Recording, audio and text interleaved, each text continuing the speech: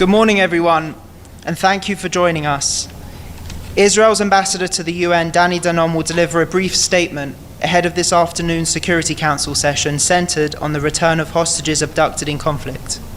We are also honored to be joined by Leah and Chemi Goldin, mother and brother of Hadar Goldin, who was killed by Hamas terrorists in 2014 and whose body is still held in Gaza more than a decade later. After Leah speaks, Ambassador Danon will take some questions. Thank you.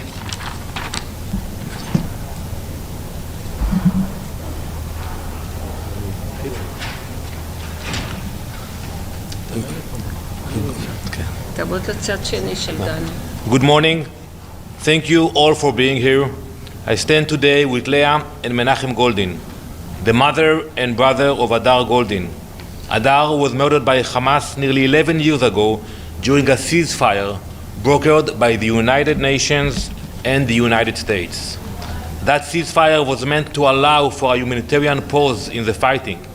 Instead, Hamas used it to ambush Hadar's unit, murder him, and kidnap him. Almost 11 years have passed, 11 years of unanswered questions, 11 years of being denied the most basic right, the right to bury their son. And why? Because Hamas does not simply kill, it desecrates. They do not just hold the fallen, they monetize them. Hamas steals the bodies of our fallen heroes and turns them into bargaining chips. They store them in tunnels, they use them to negotiate, to delay, to profit. It is not just cruelty, it is an industry, a system, a strategy. Hamas has created an economy of death. To them, a son or a daughter are no different than cash in hand. They are not treated with respect, they are treated like inventory. Today we will speak about it in the Security Council. It is not a political issue. It is not a regional dispute. It is a moral issue, a universal one. Across every culture, every religion, and every civilization, there is one sacred truth that binds us. The dead must be laid to rest. You can find it in Judaism, in Christianity, and in Islam. The grieving must be allowed to grieve. Every parent deserves to bury their child. But the Goldin family has been denied that right, because to Hamas, a body is not a loved one, it is a tool. This should not only outrage the members of the Security Council today, it should shock the conscience of the entire world. Today, the State of Israel repeats its pledge. We will never stop fighting to bring our people home, in life or in death. That is our duty, that is our promise, and we will fulfill it. Now, it is my honor to invite Leah Goldin to speak.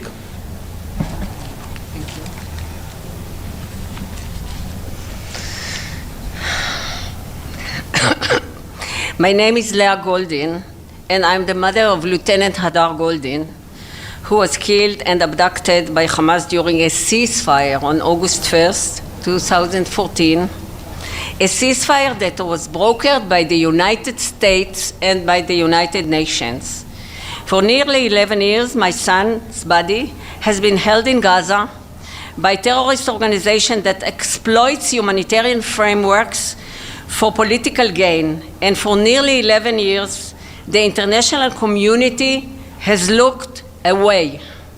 In 2019, United Nations Security Council adopted Resolution 2474, which imposed a clear responsibility that UN member states must act to remember remains of the deceased to their families for burial as a confidence-building measure in any agreement following armed conflict, be it a ceasefire or peace accord.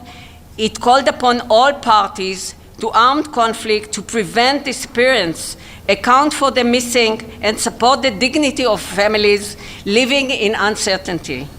The words of that resolution were powerful, but words alone do not bring our children home. In the years since its adoption, Resolution 2474 has been forgotten its principles ignored, its enforcement non-existent. The very institution that brokered the ceasefire under which Adar was taken has yet to uphold its own responsibility to correct the injustice that followed. That is not just a diplomatic failure, it is a moral one. This is not about politics, this is not about negotiation, this is about the right of a mother to bury her son. When the United Nations passed a resolution, it must mean something. It must be backed by will, by consistency, by action. Instead, we have silence, and in that silence, justice has been denied, not only to my family, but to every family who places trust in the promises of the international law. There are now dozens of families like mine in Israel alone, families who live with the ache of not knowing, not being able to mourn, not being able to move forward. This resolution was meant for us, and yet it remains dormant. I call on the United Nations and its member states enforce Resolution 2474, not selectively, not symbolically, but seriously. Demand the return of the missing, demand accountability, demand the dignity that every human being deserves in life and in death. I call on the United Nations and the United States to return my son Hadar to be buried in his homeland, Israel, by implementing Resolution 2474. Because if the UN cannot enforce the very resolutions it adopts, then what hope is there for those who look to it for protection? Do not let this resolution fade into irrelevance. Let it stand, let it speak, let it bring Adar home. Thank you.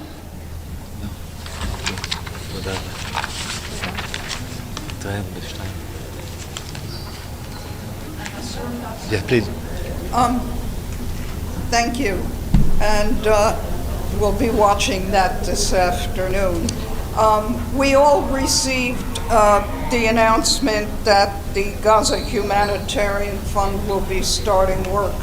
Can you tell us who will fund it, and how much involvement will the United States, Israel, or any other government or military have in controlling life-saving aid to Palestinian civilians?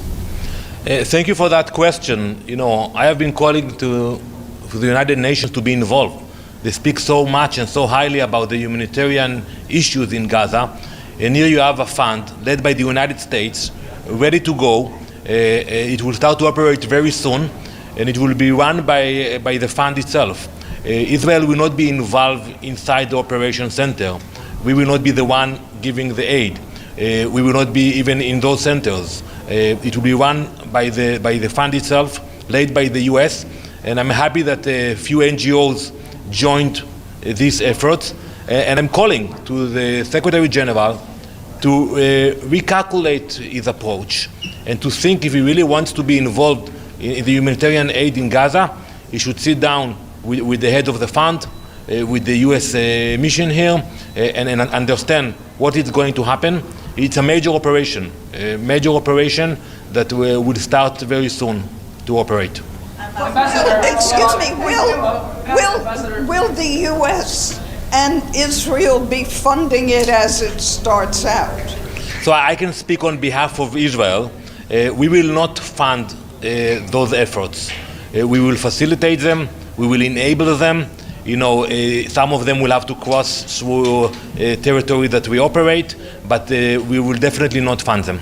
Ambassador, from U.S. News. Thank you for bringing the Golden to speak with us.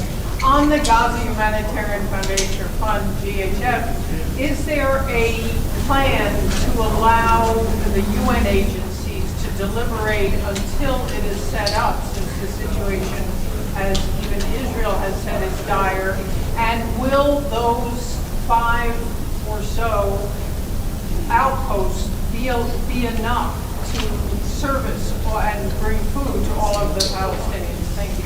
Well, first, that will be the initial stage, the 5 centers. I believe it will be expanded in the future. But I think the UN should understand that what happened in the past will not continue. We will not allow Hamas to take advantage of the fund. We have seen what happened in the past when UNRWA or other agencies try to be involved.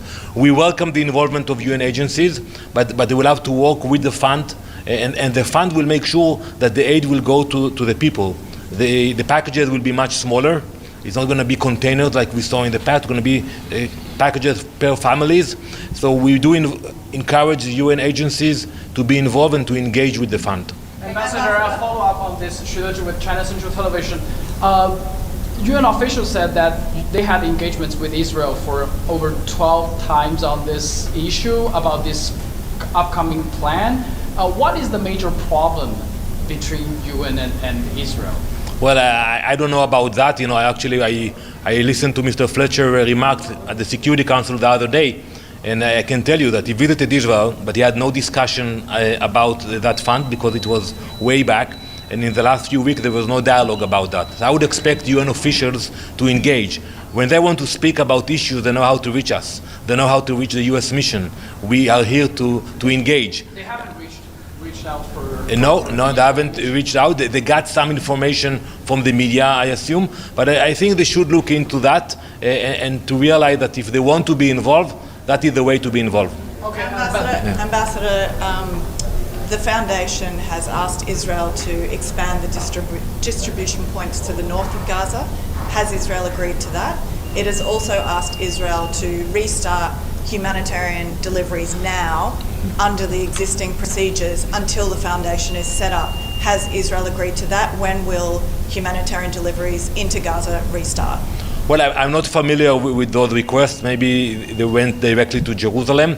But I will tell you that, you know, we appreciate the effort of the United States. We work with the United States, and we make the distinction between those who actually want to be involved in the humanitarian efforts and those who want to accuse Israel and put slander against us. And I think the fund is a good initiative that will actually allow us to move forward and will weaken Hamas control in Gaza. Ambassador, another topic. Last one, please. Yeah, okay. President Trump just announced the cessation of sanctions on Syria, and also he met with the leader of the current Syrian government. What's Israel's position on this announcement? Well, it is a U.S. decision. You know, we said earlier when Europe decided to lift sanctions that it was too early. We should look at the actions of the new regime, to look at the way they treat the minorities, the Druze minority, the Kurds, and to take it slowly. But, you know, we happen to live there, and so for us, we take it slower, we are more careful, but as I said earlier, it is a U.S. decision. Thank you very much. Thank you.